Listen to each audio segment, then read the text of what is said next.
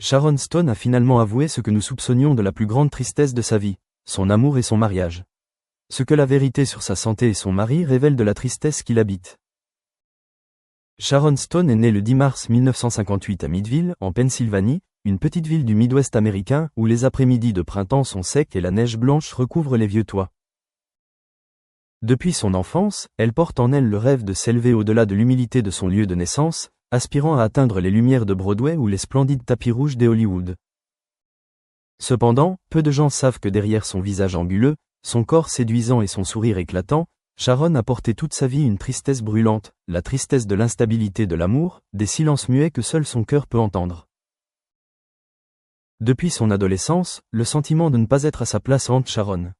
Le lycée, elle se sentait étouffée par sa grande taille, sa forte personnalité et sa voix trop grave. La famille, bien que ses parents l'aient toujours aimée, Sharon se sentait perdue entre ses deux frères. Elle était fille unique, et toutes les exigences intelligentes et distinguées ne correspondaient pas à l'instinct puissant qui la poussait toujours à s'élever. La petite Sharon adorait danser, essaya le ballet, puis abandonna en cours de route car sa silhouette n'était pas aussi mince que celle de ses amis. Elle étudia le théâtre, puis abandonna les cours parce que le professeur lui disait « Tu as du potentiel, mais tu es trop téméraire ». Ce déni précoce devint la première blessure dans son âme, semant en elle le doute qu'elle n'était peut-être pas assez bonne, pas assez douce, pas assez belle, selon les critères établis par les autres. En 1984, Sharon épousa le journaliste sportif Michael Greenberg, son premier amour public, marquant la maturité de cette femme ambitieuse. Au début, leur mariage fut paisible. Ils étaient comme deux partenaires intellectuels, discutant passionnément d'actualité, de journalisme, de politique et de sport. Mais la tempête a éclaté lorsque Sharon a commencé à décrocher de petits rôles à Hollywood, avant de devenir soudainement mannequin pour le grand écran grâce au film à succès Basic Instinct. À cette époque, Michael semblait à la traîne, elle était occupée par les tournages, les conférences de presse et les cérémonies de remise de prix, tandis que lui était coincé au bureau à bavarder. L'éloignement s'est accentué en silence, les rumeurs des infidélités et les allers-retours ont finalement conduit à la rupture. Ils se sont séparés en 1986 et ont officiellement divorcé en 1987, laissant Sharon avec le premier chagrin d'amour d'un amour mûr. Ensuite, en 1998, elle a épousé Phil Bronstein, un journaliste d'investigation lauréat du prix Pulitzer. Ils se sont rencontrés lors d'une vente aux enchères caritatives et ont été unis par leur passion commune pour la justice sociale et leur vision aiguë du monde. Ils ont accueilli leur fils, Rohan Joseph Bronstein, en 2000, et leur bonheur semblait complet. Sharon avait trouvé un partenaire qui comprenait son métier et respectait sa voix, tandis que Phil était heureux dans son rôle de père.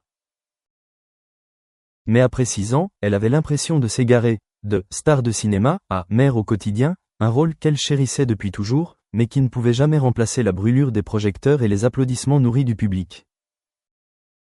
Le conflit entre sa vocation et sa passion a plongé Sharon dans le doute. Était-elle vraiment digne d'être mère avant d'être actrice ? Ce sentiment de culpabilité et de déception la rongeait chaque jour, jusqu'à ce qu'elle et Phil décident de se séparer en 2004. Dès lors, Sharon Stone entre dans une période des plus chaotiques. Elle reprend sa carrière et affirme sa position à Hollywood, mais au plus profond d'elle-même, un sentiment d'extrême solitude persiste. Ces deux mariages brisés ont non seulement laissé des cicatrices d'amour, mais ont aussi semé en elle une certaine méfiance, lui faisant douter de l'existence du véritable amour pour une femme dans le showbiz. Elle confie un jour qu'au moment où elle tenait son fils Rohan dans ses bras pour dormir, elle s'est demandé « Vais-je un jour être assez bien pour être à la fois chanteuse de soul et mère dévouée ?» Au fil des ans, la santé, outre l'amour, est devenue une préoccupation majeure pour Sharon. En 2001, elle tombe subitement dans le coma suite à une hémorragie cérébrale, un incident qui a choqué le monde entier avec l'image de la star s'effondrant sur la table à manger. Le médecin a déclaré qu'elle n'avait que 2% de chance de survie et a dû subir une intervention chirurgicale d'urgence de 12 heures.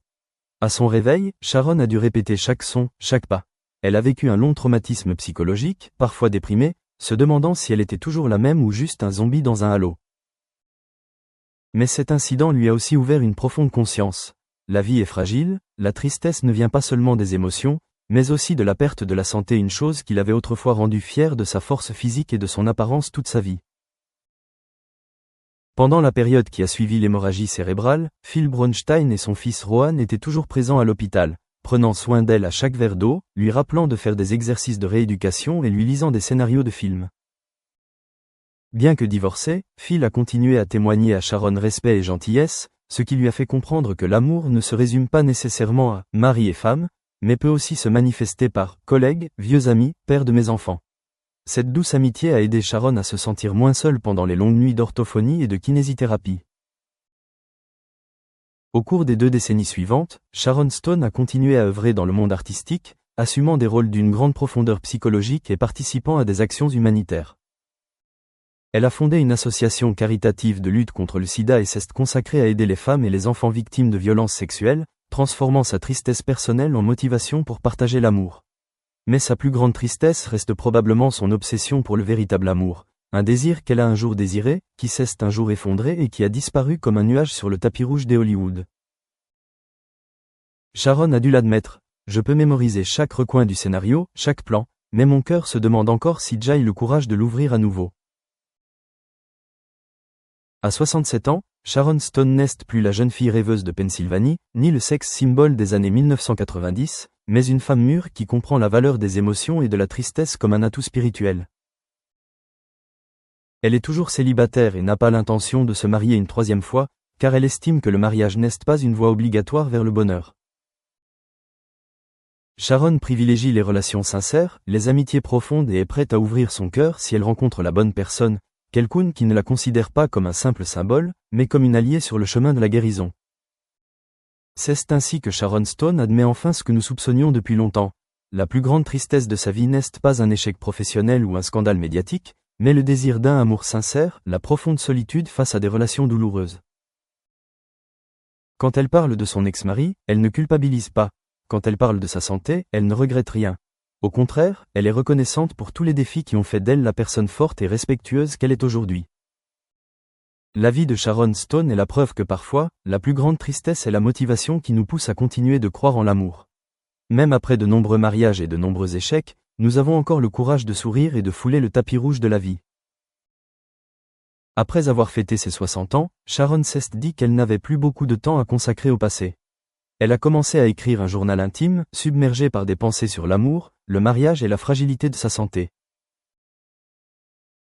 Depuis lors, elle a réalisé qu'elle nourrissait encore des désirs inassouvis, une relation suffisamment profonde pour pouvoir s'exprimer du fond du cœur, un rôle où elle brillerait et serait comprise, et enfin un jour où elle pourrait s'asseoir et écrire ses mémoires, non seulement en racontant des souvenirs prestigieux, mais aussi en exploitant la perte, la douleur et la peur face à elle-même. Outre ses projets cinématographiques, Sharon s'est également lancée dans la production, trouvant des occasions de passer derrière la caméra pour soutenir de jeunes réalisateurs, notamment des réalisatrices qui peinent à trouver des financements. Elle a confié « Je veux leur offrir ce que je n'ai jamais assez reçu, confiance, statut et autonomie ». C'est ainsi qu'elle a transformé la tristesse d'un amour inassouvi en motivation pour créer une communauté, des femmes travaillant ensemble, faisant de chaque film non seulement un divertissement, mais aussi un témoignage d'amitié, de solidarité et de la force du féminisme. Sur le plan amical, Sharon entretient des liens étroits avec de nombreux collègues qui ont traversé avec elle des hauts et des bas, de Gwyneth Paltrow, qui l'a soutenue après l'opération, à Madonna, qui l'a encouragée à trouver la joie et une attitude sexy qui n'a pas diminué.